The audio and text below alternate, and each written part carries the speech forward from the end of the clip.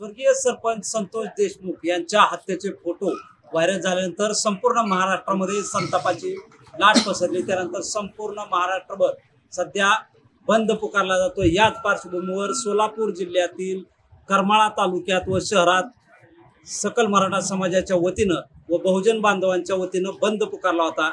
या बंदच्या पार्श्वभूमीवर आपण सध्या करमाळा शहरातील मुख्य जी बाजारपेठ आहे त्या बाजारपेठेमध्ये आहोत। आपण माझ्या पाठीमागे पाहू शकतो की अशा पद्धतीनं करमाळा शहरामध्ये या बंदला जे आव्हान केलं होतं त्या बंदला 100% प्रतिसाद मिळत हे जो बंद आहे तो 100% कडकडीत बंद पाळण्यात आलेला आहे। आपण सध्या जे बंद पुकारलेले समाज बांधव आहेत ते समाज बांधव देखील आपल्या बरोबर आहेत। नेमकं काय मागणी आहे त्यांच्याकडून आपण जाणून घेऊया। काय सांगाल? हा बंद पुकारला होता, कडकडीत बंदला आव्हानाला तुम्हाला प्रतिसाद मिळाला, 100% बंद आहे, नेमकं काय मागणी प्रामुख्याने? आज करमाळा तालुक्यामध्ये सकल मराठा समाज व बहुजन बांधव यांच्या वतीने करमाळा शहर आणि संपूर्ण तालुका या ठिकाणी बंदचं आवाहन केलं होतं। त्या आव्हानाला साथ देत करमाळा शहरातील व्यापारी आणि राजकीय, सामाजिक आणि सर्व क्षेत्रातील बांधवांनी उत्स्फूर्त प्रतिसाद देत करमाळा शहर आणि तालुका 100% या ठिकाणी बंद यशस्वी झालेला आहे। काय मागणी काय असणार आहे आपली? आमची प्रामुख्याने मागणी, जे काल फोटो आणि व्हिडिओ व्हायरल झाले ते फोटो खरं तर बघितल्यानंतर कुठल्याही माणसाला त्याच्या हृदयाला पाझर फुटावे असे ते फोटो होते आणि किती निर्दयी आणि किती अमानुषपणे ती हत्या केली, त्या हत्येला शब्दच नाहीत। म्हणजे अशा नालायक प्रवृत्तीच्या लोकांना, नीच प्रवृत्तीच्या लोकांना अक्षरशः म्हणजे शब्द नाहीत, इतक्या भयानक पद्धतीने त्या स्वर्गीय संतोष देशमुख यांचा निर्गुण खून केलेला आहे। आणि हा खून तर कशामुळे झाला तर क्षुल्लक कारणामुळे, फक्त त्या खंडणीला तो माणूस आडवा आला आणि माझ्या गावातील एका बौद्ध समाजाच्या तरुणावर त्यांनी हल्ला केला। त्या हल्ल्याचा जाब विचारण्यासाठी तो तरुण त्या ठिकाणी गेला होता आणि त्या क्षुल्लक कारणाचं रूपांतर या मोठ्या एका घटनेमध्ये घडलं आणि महाराष्ट्राला, पुरोगामी महाराष्ट्राला काळीमा फासणारी घटना या ठिकाणी घडलेली आहे। त्याचा करमाळा मराठा समाज व बहुजन बांधव यांच्या वतीने आम्ही जाहीर निषेध करतो। आपण निवेदनामध्ये काय मागणी केली शासनाला? आम्ही प्रामुख्याने मागणी अशी केली की ही जी घटना आहे ही घटना प्रामुख्याने खंडणीच्या संदर्भात घडलेला हा खून आहे।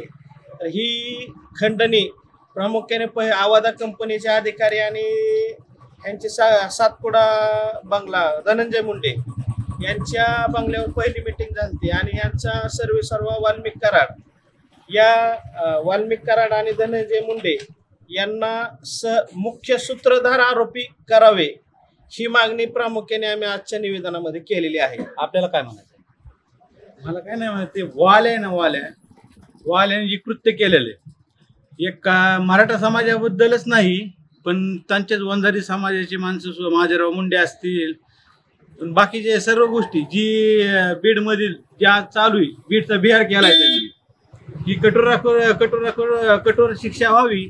आणि त्याच्याबरोबर त्याचा आका जो आहे मोठा धनंजय मुंडे, त्याचा आता मंत्रिपदाचा राजीनामा घेतलेला आहे, पण त्याच्या आमदारकी रद्द झाली पाहिजे आणि हा कुत्र्यासारखं मारलं पाहिजे चौकात घेऊन नागडं करून। कारण त्यांनी जी केलंय ती लघुशंका केली, मारून एवढे फोटो व्हायरल केलेत, त्यांना एवढी लाज वाटायला पाहिजे धनंजय मुंडेला, वाल्मिक कराडला किंवा परळीतल्या आणि पंकज जायला एवढंच आवाहन करतो, गोपीनाथ मुंडेचे वारसदार खरंच असताल तर त्यांच्या मागं तुम्ही राहू नका, नाहीतर इथून पुढे पंकजाताईचं राजकारण संपलं, विषय कट झाला। आणि मराठा समाज असा एवढा किरकोळ नाही की तुम्ही आता सहजासहजी घेताय, मराठ्याच्या नादी लागू नका। एकच सांगतो, आम्ही मराठा समाज ही इतर बहुजन समाज आणि 18 पकड जातीचा मोठा भाऊ आहे। मराठा समाज ही सगळ्यांच्या मागे जातो, पण इथून पुढं असं जर झालं, इथून पुढं आम्ही सहन करणार नाही।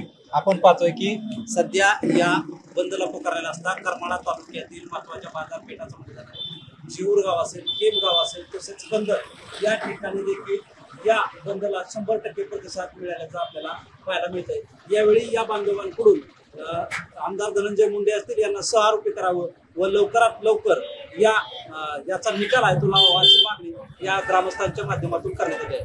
शीतलकुमार मोठे, TV9 मराठी, करमाळा।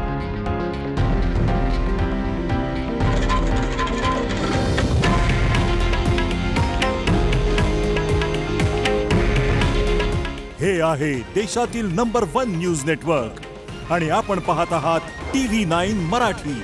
काळजी तुमची, हित महाराष्ट्राचं।